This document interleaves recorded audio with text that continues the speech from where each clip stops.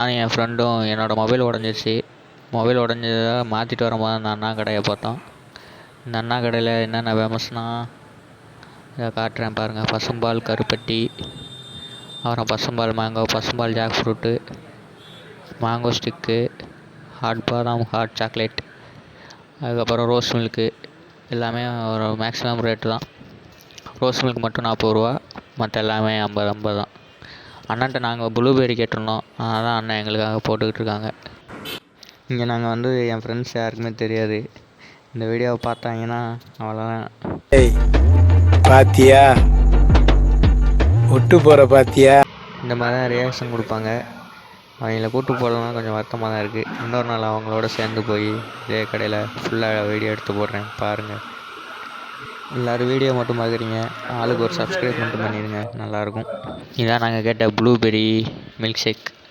Rate 50 ரூபா. நான் ஓரளவுக்கு சின்ன கடை தான், வேணால் ட்ரை பண்ணி பாருங்கள் எப்படி இருக்குன்னு.